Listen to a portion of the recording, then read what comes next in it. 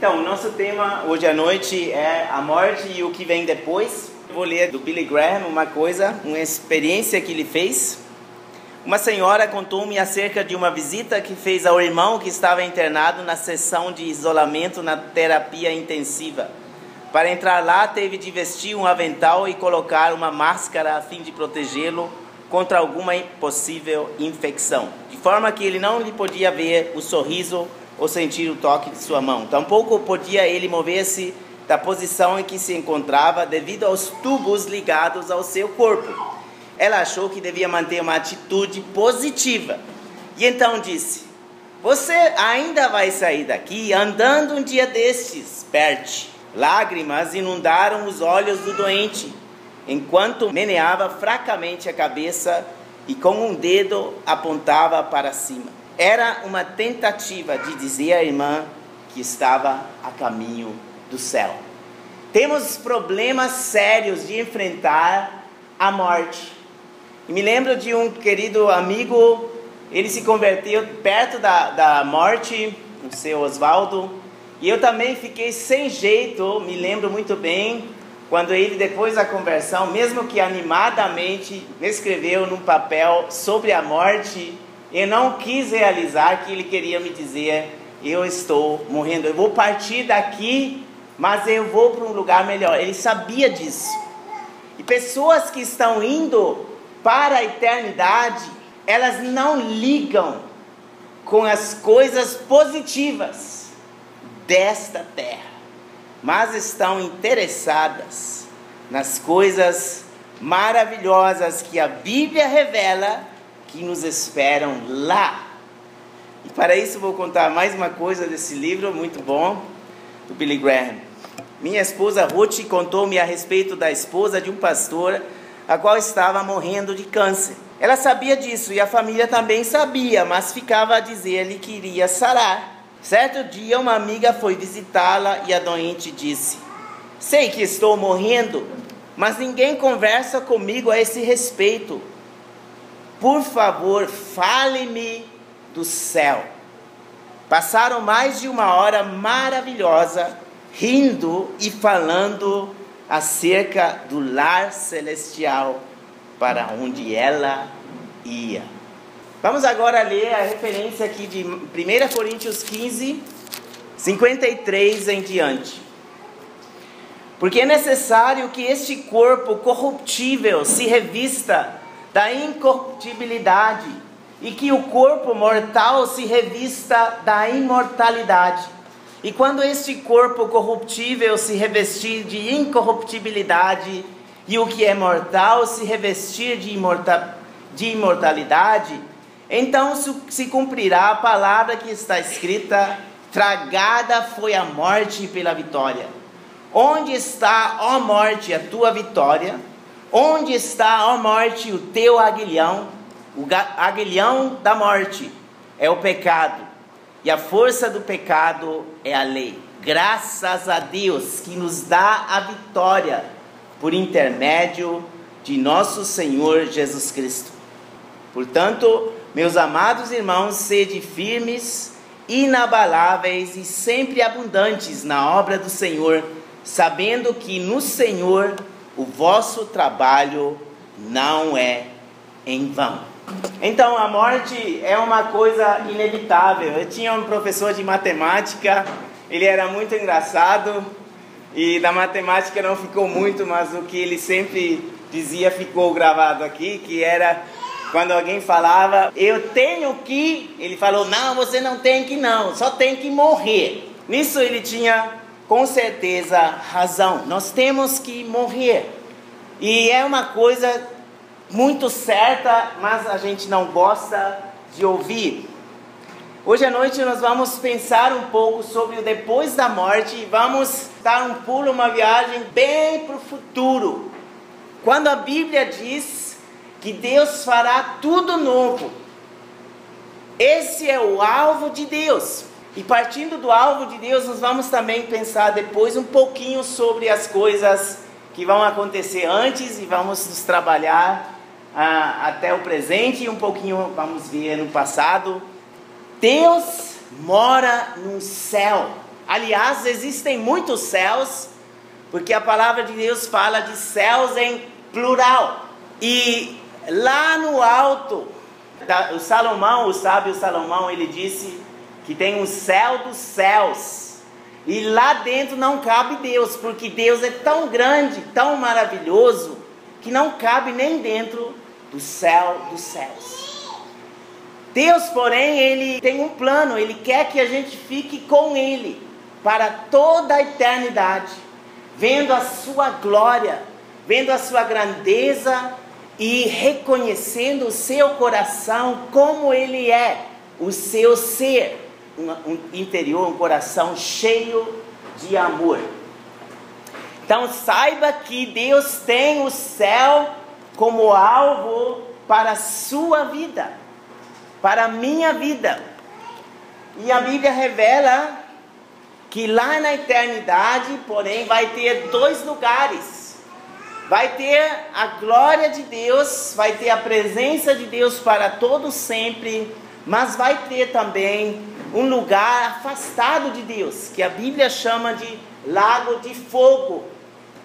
Embora tenha alguns que digam que esse lago de fogo existe, mas vai destruir as almas, a Bíblia diz que aqueles que estarão lá dentro do lago do fogo, que estarão perdidos para todo sempre, estarão conscientes e saberão que estão perdidos. E isso é muito sério.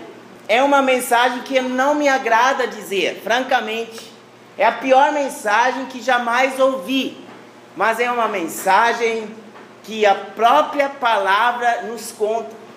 Existe o inferno. E não é apenas um lugar para os Hitlers e os Stalins desta terra, mas é o lugar que Deus tem que colocar todo aquele que tem comunhão com o mal, que tem comunhão, que tem ligação com o pecado. Deus tem que afastar de si para todo sempre. Porque o princípio do mal, o princípio do pecado é um princípio eterno. E eternamente o mal não estará no céu. Agora vocês podem ver, existe um conflito aqui. Se Deus quer você e eu no céu, nós que somos pecadores, como é que poderíamos chegar no céu? Para resolver esse grande conflito, Deus mandou Jesus Cristo nesta terra. Jesus Cristo, ele veio carregar os nossos pecados. Tudo aquilo que é mal foi colocado em Jesus quando ele foi crucificado. E Deus descarregou toda a sua raiva em Jesus. Como se ele fosse aquele para-raios que a gente conhece em casas, em torres. O para-raios, o raio atinge o para-raios e as pessoas que estão perto não são atingidas.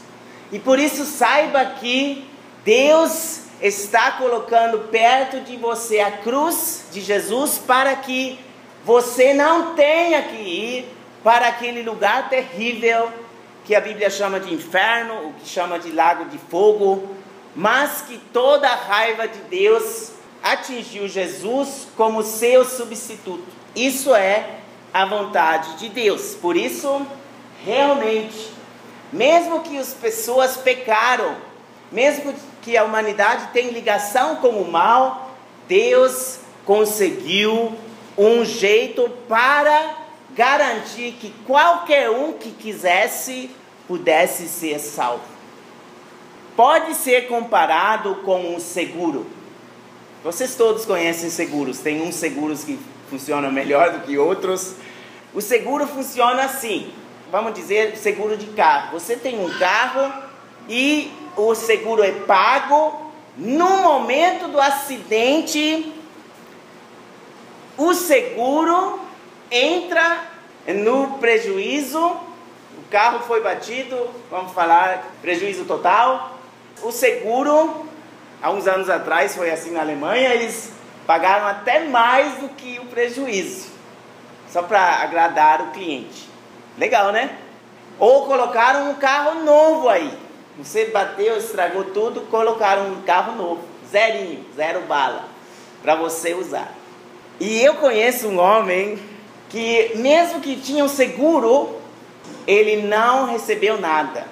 Deus, ele garantiu, ele assegurou toda a humanidade, dando Jesus, seu filho, como garantia. Mas nós temos que fazer algo, e não é tentar consertar o prejuízo, não dá. Eu e você não podemos consertar, mas o que a gente precisa fazer é o que aquele camarada, amigo meu, conhecido meu, não fez. O que ele não fez? Ele bateu o carro do pai, prejuízo, e ele não quis assumir a culpa. Então ele foi lá de fininho, colocou o carro lá e não falou nada para ninguém. Aí não tem como o seguro pagar. Porque você precisa indicar o erro. Você precisa dizer: eu errei. Seguro, eu bati o carro. E aí sim você recebe o seguro. E assim com o pecado, Deus apenas exige que o pecador assuma: eu sou pecador, eu mereço castigo, eu estou com um prejuízo que me gerou a morte eterna, me perdoe. E a mensagem maravilhosa é que Deus, então, imediatamente perdoa o pecador quando ele assume sua culpa perante Deus. Olha, é uma pergunta essencial para você. Se você já fez isso, você assumiu perante Deus: eu sou um pecador perdido, eu mereço o inferno, mas eu sei, Jesus, que tu pagastes, e eu aceito a tua substituição. E não sei se você fez, mas se você não fez, hoje é a hora de orar assim a Jesus e pedir pela salvação, porque aí para você é garantido o céu. Você pode receber a entrada no céu hoje. Quando Jesus estava nesta terra, teve pessoas que rejeitaram. Lucas 7,30 é uma referência que nos fala isso, e isso é gritante. Mas os fariseus e os intérpretes da lei rejeitaram quanto a si mesmos o desígnio, quer dizer, o plano de Deus, não tendo sido batizados por ele. João, né? Mas se trata do plano de Deus. Você pode rejeitá-lo, e isso está em suas mãos. Quem rejeita o amor provado de Deus, Deus provou que Ele nos amou, dando Jesus na cruz por nós, e ressuscitando Ele dos mortos, Ele demonstrou que existe vitória sobre a morte, mas falta você aceitar pela fé a dádiva divina, o presentão de Deus, a vida eterna em Jesus Cristo. Para fazer isso, é só pedir. Só pedir, vai a Jesus. Se você for a Jesus hoje à noite, você vai receber. Não há dúvida nenhuma. Que chance, não acha? Bom, o céu é um lugar maravilhoso. No céu não há nada escondido. Em Apocalipse 21, nós lemos sobre ele, mas deixe-me ainda revelar qual é essa referência, Mateus 25, 41. Alguém já olhou? Ninguém olhou? Já, né? Curiosidade mata, né? Mas com a Bíblia não mata não. É bom, dá vida. Olha, em Mateus 25, 41, Deus revela que Ele fez o inferno somente para os anjos. Pode ler lá. Né? O inferno, Geena, palavra grega, feita para o diabo e seus anjos. Porque Deus quer que você seja salvo. Em Mateus 25, 41, Deus diz claramente: o inferno não é lugar para você. Não é. Eu tenho um outro plano. E é a salvação. É o céu. Fique comigo no céu. E em Apocalipse 21, nós lemos como o céu vai ser. Vai ter uma nova terra e vai ter um novo céu. Em Apocalipse 21, versículo 1, já está sendo descrito isso. Então há muitas promessas que Deus vai cumprir. Vai cumprir promessas que Ele deu para a terra.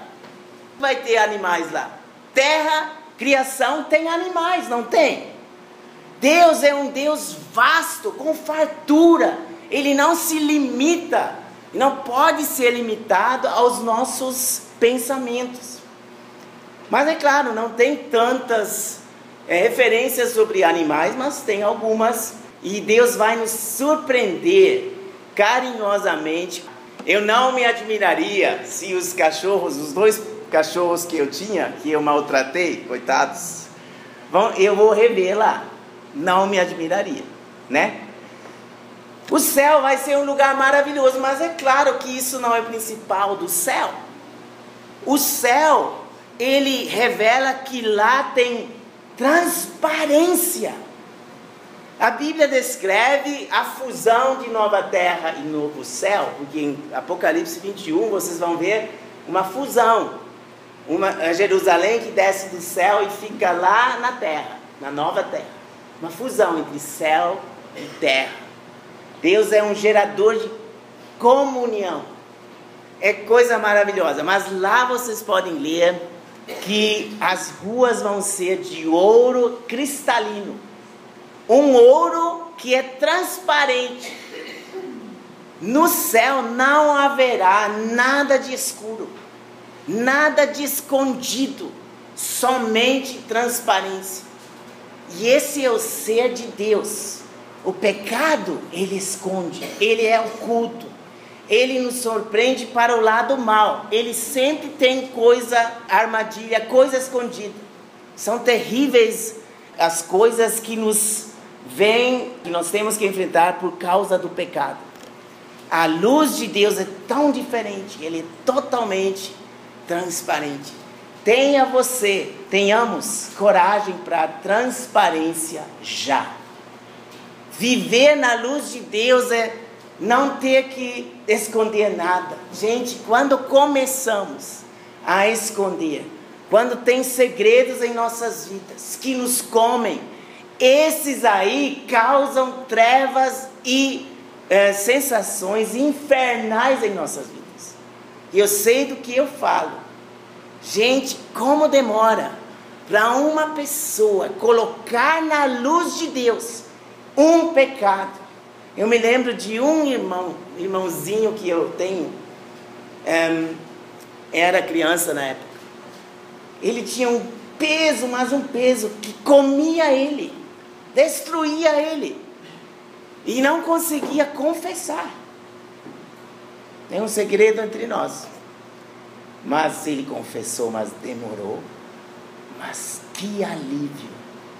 Gente, não dá para descrever o alívio quando a luz de Deus consertou tudo. Ele chorou, mas aí ele não era mais um choro de desespero. Era de alívio. Deus tinha tirado e perdoado aquele pecado. Tenhamos coragem para a transparência. É a transparência que nos espera no céu. E no céu vai ser maravilhoso. Maravilhoso. Não tem sujeira lá. Não tem nenhuma coisa escondida ruim lá. E como é bom. Não precisamos ser super-homens não. Como é bom quando a gente assume que somos falhos, que temos problemas. Não estamos aqui para mostrar que somos os super-heróis da fé, não, né? Nós temos problemas, igual você, eu tenho problemas, a gente encara juntos, mas na luz de Deus é o maior prazer. Não é um evento social aqui, não, para mostrar para todo mundo que sucesso eu fiz na vida, né? Para depois voltar à minha ruína. Negativo. Nós estamos aqui, queremos usufruir a comunhão com Deus. E é o melhor que existe. Olha, o céu é o alvo que Deus tem para nós na eternidade. Mas Ele pode começar aqui e agora. O céu está onde Jesus está. Quem tem Jesus, 1 João 5, a Bíblia diz, tem a vida. Tem a vida eterna já aqui e agora. Tenha a coragem de viver e andar na luz com e em Jesus Cristo. Pois é, segundo ponto, voltando para trás no tempo, vamos ver que haverá grandes, enormes transformações. Assim como quando nasce uma nova vida, né? Você tem a Eliane aqui, está grávida, acho que tem a Eliara aí grávida. Grandes transformações, né? E aí vem o parto, né? Não dá nem para pensar muito nesse daí, né? Que negócio. Mas aí é o pior, né? Aquela dor e tudo, mas aí depois vem a grande alegria. E vai ser assim no final dos tempos. Vai ter grandes transformações e a Bíblia fala de uma época onde o mal vai progredir. O grande sucesso vai ser o diabo que faz, né? Vai ser curto, mas vai ser. Ele vai falar para todo mundo que ele ganhou tudo e vai enganar um montão. Anticristo, a Bíblia revela, ele vai ter 7 anos, a Bíblia diz, ele vai ter pouco tempo. Ele sabe disso, vai descarregar a sua raiva na humanidade. E aí, Deus vai fazer o fim.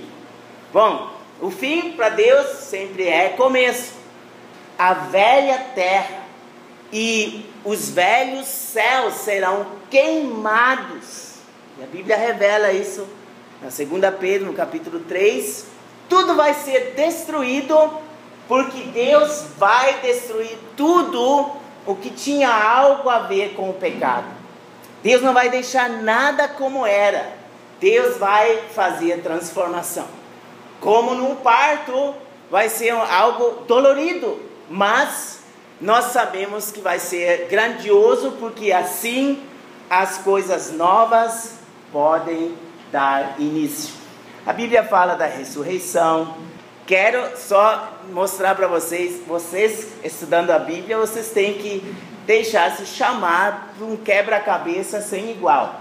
Mas juntando as peças, eu entendo que há uma primeira ressurreição e uma segunda ressurreição. Porque a primeira ressurreição, no livro de Apocalipse, ela é dita como bem-aventurança. Bem-aventurados aqueles que tiveram parte na primeira ressurreição. A segunda ressurreição vai ser aquela onde as pessoas serão julgadas e entregues à segunda morte. Essa, não tenha parte nessa, por favor. Jesus, ele disse, eu sou a ressurreição e a vida. E aqueles que estão salvos, eles apenas terão que enfrentar um tribunal de Jesus. E então o pecado deles, que todos têm, todos nós temos, será queimado, mas eles mesmos permanecerão salvos. Mas os que aparecem perante o grande trono branco, Apocalipse 20, todos sem exceção, serão entregues à segunda morte. E isso é terrível. Por isso Jesus disse, quem crê em mim e naquele que me enviou, tem a vida eterna e não, repito, não entrará em juízo. Deus quer salvar você desse julgamento. Mandou Jesus para isso, para ser seu substituto. E aí essa grande transformação para você não será terrível, mas maravilhosa. E tem ainda o terceiro ponto, o tempo de espera. Hoje, quando as pessoas morrem, uma pessoa salva que morre, ela vai para o paraíso. E esse paraíso é chamado de terceiro céu. Tem referências para isso. Nesse paraíso, a pessoa pelo menos ouve Jesus falar, pelo menos. Porque a Bíblia diz que lá se falam, 2 Coríntios capítulo 12, palavras inefáveis, maravilhosas. As pessoas sabem que estão salvas. Quem morre em Cristo, ele acorda, como a Bíblia também diz, no seio de Abraão, ela sabe que está salva. E ouve palavras de consolação da parte de Deus. Mas no Antigo Testamento, a gente acredita que é diferente. Bom, no Novo Testamento, as pessoas que não têm salvação também saberão, estão conscientes. No Antigo Testamento, a Bíblia, e quem quiser, quem tiver curiosidade, eu posso fornecer os versículos, porque aí a Bíblia diz que os que morrem não tem como louvar a Deus, não tem como fazer planos, e isso se refere às almas. Isso para mim é claramente uma referência às almas. Então no Antigo Testamento, quem morria, ele ia para um lugar chamado Sheol, que estava aguardando acontecimentos futuros, dormindo um estado não consciente. Haveria muito o que dizer sobre isso. Por exemplo, a Bíblia nos narra o Samuel sendo chamado de lá para fora. Tem pessoas que dizem que não é Samuel, mas 3 vezes na referência vocês podem ler que era Samuel. A Bíblia descreve Samuel como aquele que saiu. Ele reclama: por que você me acorda? E a situação lá é nada boa, porque é o demônio, é o diabo que chama ele para fora. A situação que aconteceu foi contra a vontade de Deus. E Deus nunca aprovaria o que aconteceu, mas Samuel não tinha culpa. Porque a Bíblia revela que quem era o senhor da morte não era Deus, mas era o diabo. Hebreus 2,14. E isso pode nos assustar, mas tanto faz. Porque no final Deus leva tudo para um final glorioso. Hebreus 2,14. E aqui nós lemos: visto, pois, que os filhos têm participação comum de carne e sangue, destes também ele igualmente participou, para que, por sua morte, destruísse aquele que tem o poder da morte, a saber, o diabo. O diabo tinha o poderio total da morte. Por isso, Deus deixou ele com esse poder. Durante 4.000 anos, o inimigo de Deus engoliu as pessoas. E ele disse: cabe tudo no meu papo, cabe, são todos meus. Ele achou isso. E gente, Deus deixa as pessoas no seu achismo. Deus deixa. Se você acha que você é o principal da terra e do universo, Deus deixa você nesse achismo. E o diabo, ele achou: a morte é minha e todas as almas são minhas. Tem muitas referências além dessa. Moisés, o corpo de Moisés, o diabo queria pegar. E teve uma luta. Por que será? Porque normalmente o diabo poderia. Mas no caso de Moisés, Deus não deixou, mandou um anjo. Mas teve uma briga. Interessante. Porque o senhor da morte era o diabo. E o espiritismo faz isso. Ele chama os mortos. E existia. Não agrada a Deus. Não agrada. Deus proibiu tais atividades. Mas aconteceram. Deus não proíbe coisa que não acontece. Deus proibiu porque está acontecendo. E Deus detestou. Samuel, eles dizem, mas não podia ser Samuel, porque Samuel fez uma profecia errada. Errado novamente, porque Samuel não teve nem condições para fazer uma profecia, porque ele estava sem função da parte de Deus. O inimigo tirou ele lá, mas ele não estava agindo com uma tarefa de Deus. Então o que Samuel disse foi somente fala dele.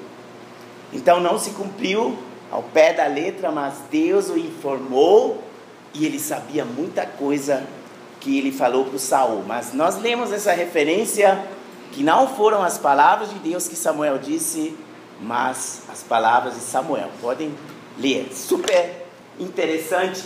Onde nós vamos chegar é agora a grande mudança. Hoje, o diabo não é mais o senhor da morte. Nós acabamos de ler isso. A partir da cruz de Jesus, tudo mudou. Jesus morreu como ser humano. O espírito dele voltou a Deus. A alma dele foi para o lugar dos mortos. O corpo dele foi sepultado. Ele foi 100% homem. Depois da morte de cruz, tudo mudou. Jesus pegou a arma de poder do inimigo, a morte, e venceu ao diabo. Matou a morte, podemos dizer. Por isso tudo mudou. No Novo Testamento, na nossa época, tudo é diferente. Quem morre hoje em Jesus sabe que tem salvação. Jesus proclamou, quando ele foi para a morte, a sua vitória para os lugares mais profundos, onde os mais afastados anjos estavam. Todos ficaram sabendo do seu triunfo.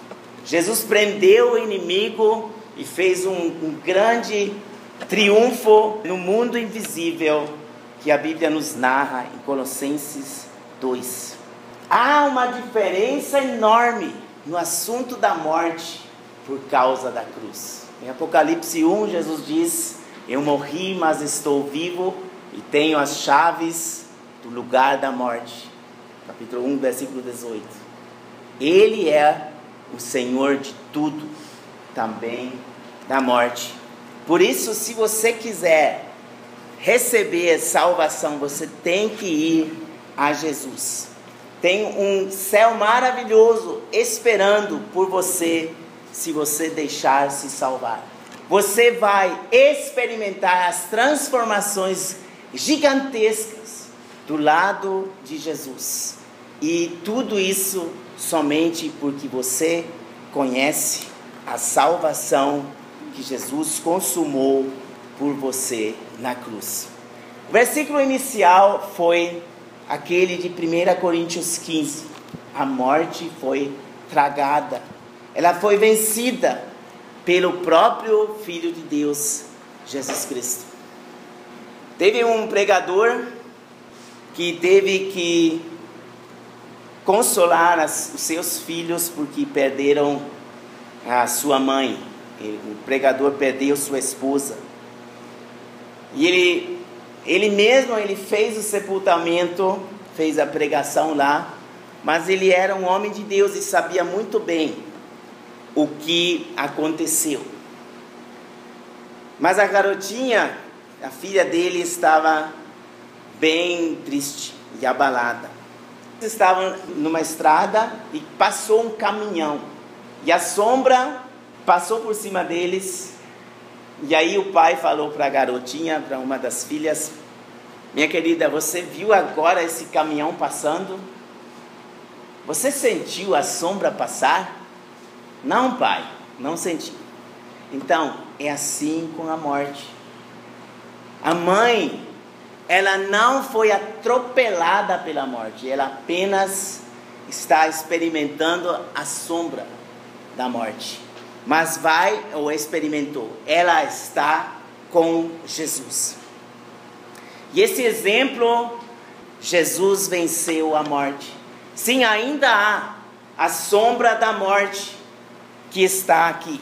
Davi diz: estamos no vale da sombra da morte. Mas todo terror, toda vitória ruim da morte foi tirada por Jesus Cristo. A diferença está na cruz. E desejamos que você enxergue isso, a vitória sobremaneira grande de Jesus na cruz. E gostaria de terminar com uma referência na 1 Coríntios, no capítulo 2. E vamos ler os versículos 7 e 8.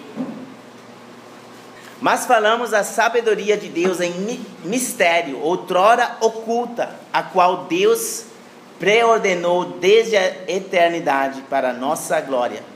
Sabedoria essa que nenhum dos poderosos deste século conheceu, porque se a tivessem conhecido, jamais teriam crucificado o Senhor da glória. Aqui, essa referência mostra como o inimigo não sabia nada da vitória grandiosa que a cruz ia produzir. Ele não sabia, porque se tivesse entendido isso, ele não teria deixado a cruz ser erguida e Jesus ser crucificado nela. Ele achou que ele era o Senhor da morte, mas foi vencido. E olhem para a grande sabedoria de Deus. Ele vai levar também a sua alma para o seu céu maravilhoso, se você quiser.